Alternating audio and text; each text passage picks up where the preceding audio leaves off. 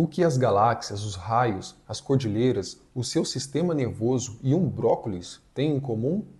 A resposta é que todos eles possuem um padrão matemático infinito, conhecido como fractais. Quando olhamos para um brócolis, percebemos que as partes menores são como uma réplica das maiores. Outro exemplo são os raios, onde vemos bifurcações nos caminhos seguidos pela corrente elétrica, replicando o padrão dos caminhos anteriores. Ou seja, um fractal é um objeto ou uma forma geométrica que possui autossimilaridade.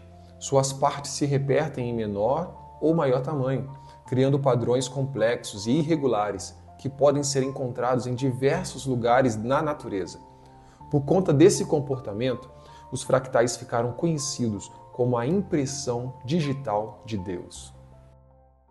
Sejam muito bem-vindos a mais um vídeo. Eu sou Jonathan Jones e este é o canal A Física do Criador. Hoje falaremos sobre um conceito fascinante da natureza, um padrão matemático infinito que, embora encontrado em diversos lugares na natureza, pareceu por muito tempo escondido e deixado de lado pelos matemáticos. Mas teve um homem que olhou para este caos e, de alguma forma, conseguiu enxergar alguma ordem. As nuvens não são esferas, as montanhas não são cones, as costas não são círculos. A geometria da natureza é fractal. Essa frase é do matemático Benoit Mandelbrot, e foi justamente olhando para essa matemática mais real, digamos assim, que ele fez a sua contribuição para a história. Benoit Mandelbrot foi um matemático de origem polonesa, com nacionalidade francesa e americana. É conhecido principalmente por suas contribuições no campo da geometria fractal, tendo o termo fractal sido por ele usado em 1975. Mandelbrot era alguém que conseguia ver ordem em meio ao caos. A sua vida parece que não foi tão organizada e tão simples assim, ao ponto de ele dizer o seguinte: a minha vida parecia ser uma série de eventos e acidentes. Ainda assim, quando eu olho para trás, eu vejo um padrão. Suas noções sobre fractais tiveram grande contribuição para uma teoria chamada teoria do caos. A teoria do caos basicamente diz que pequenas alterações nas condições iniciais de sistemas dinâmicos geram resultados completamente imprevisíveis. Sistemas dinâmicos são sistemas que estão em dinâmica, estão em constante movimento, em mudanças, como por exemplo os sistemas meteorológicos. É difícil a gente fazer uma previsão meteorológica. Então, essas pequenas alterações gerariam resultados completamente imprevisíveis e diferentes. Filmes retratam isso. É muito interessante, por exemplo, o filme De Volta para o Futuro. Se você já assistiu esse filme, você sabe que todas as vezes que o personagem principal voltava para o passado e alterava algum detalhe, alguma coisinha, quando ele ia para o futuro, a vida estava completamente diferente. Tudo estava diferente, embora uma única atitude diferente no passado gerava ali um futuro, uma realidade completamente imprevisível, que ele não fazia ideia do que iria acontecer. Mas por que eu estou falando da teoria do caos? Porque eu gostaria de aproveitar este espaço para divulgar algo muito importante para a história da ciência brasileira. E para isso eu vou pedir a sua ajuda. Tente pensar ou lembrar, no ano de 2014, algum evento muito importante envolvendo o Brasil. Talvez alguém possa pensar 2014, Brasil, Copa do Mundo, 7-1, mas brincadeiras à parte, eu cito e citei aqui a Copa do Mundo porque foi algo que marcou, realmente foi um entretenimento mundial, né, e as mídias acabam focando nisso. No entanto, neste mesmo ano, algo muito importante para a nossa história estava acontecendo. O brasileiro e matemático Arthur Ávila estava recebendo a medalha Fields.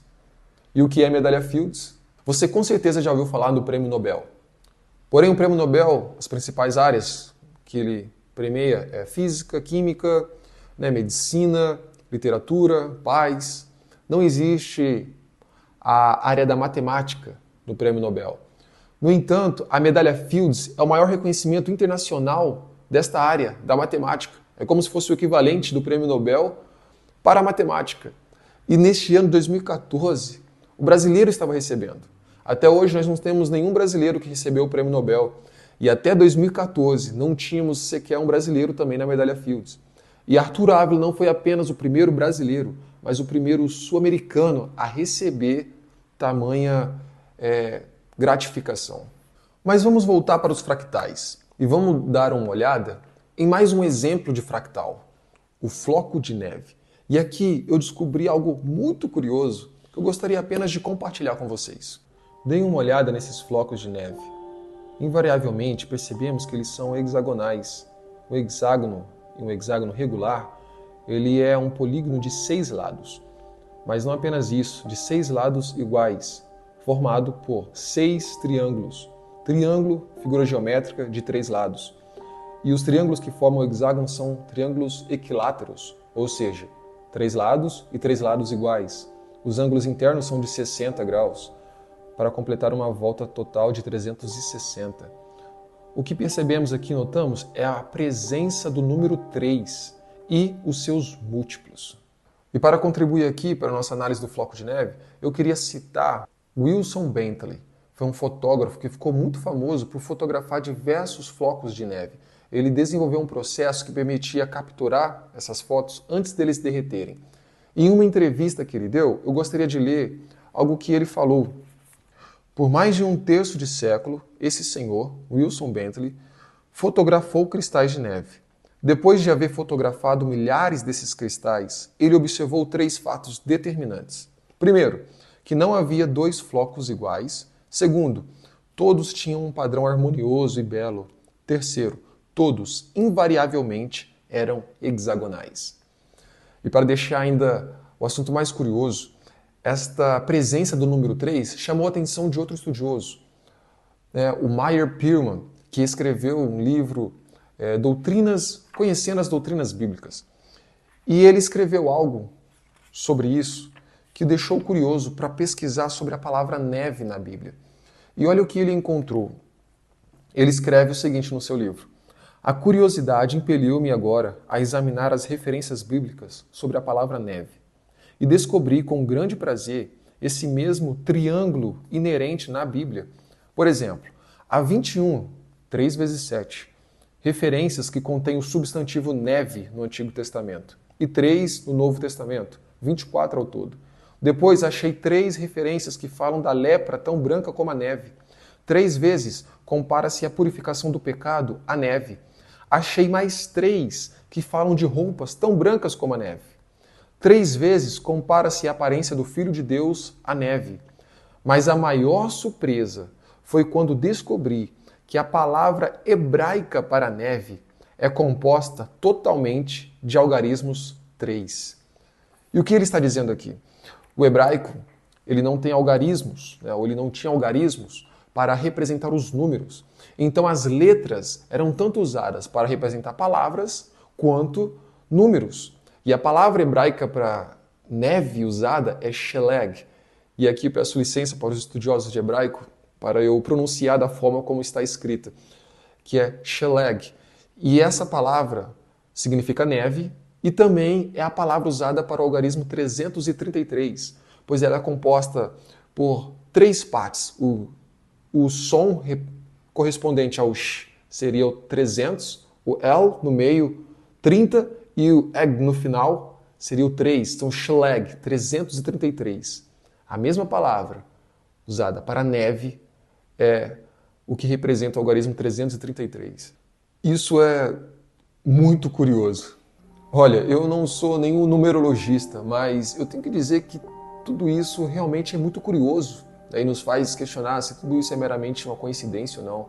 Não só a questão dos números presentes no floco de neve, ou o que nós falamos hoje, mas tudo que a gente vem falando no canal, tudo que a gente pode olhar na natureza, e nos faz questionar, é tudo isso mera obra do acaso? Eu cito muito o Dr. Enéas, que é alguém que estudou muito, e ele falava sobre isso. Ele dizia que olhava para a natureza, olhava para todas as coisas e se recusava a acreditar que é tudo obra do acaso, porque é tudo tão alinhado, tudo tão perfeito, tudo tão belo.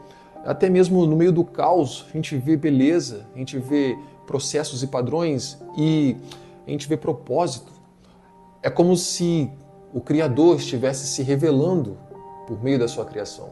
E é interessante que, de fato, na Bíblia, em Romanos, capítulo 1, versículo 20, vai falar sobre como o poder eterno de Deus e a sua divindade, elas são manifestadas através da criação. justamente para que o homem se tornasse inexcusável. Então, de fato, quando a gente para olhar para a natureza e a gente consegue enxergar, né, propósito e enxergar a ideia de um Criador por trás, parece que estamos de fato encontrando e vivendo aquilo para o qual as coisas foram criadas, que é revelar a existência de um Criador. Mas esse, mais uma vez, foi um vídeo mostrando um pouco da minha opinião, da minha visão e compartilhando algumas curiosidades.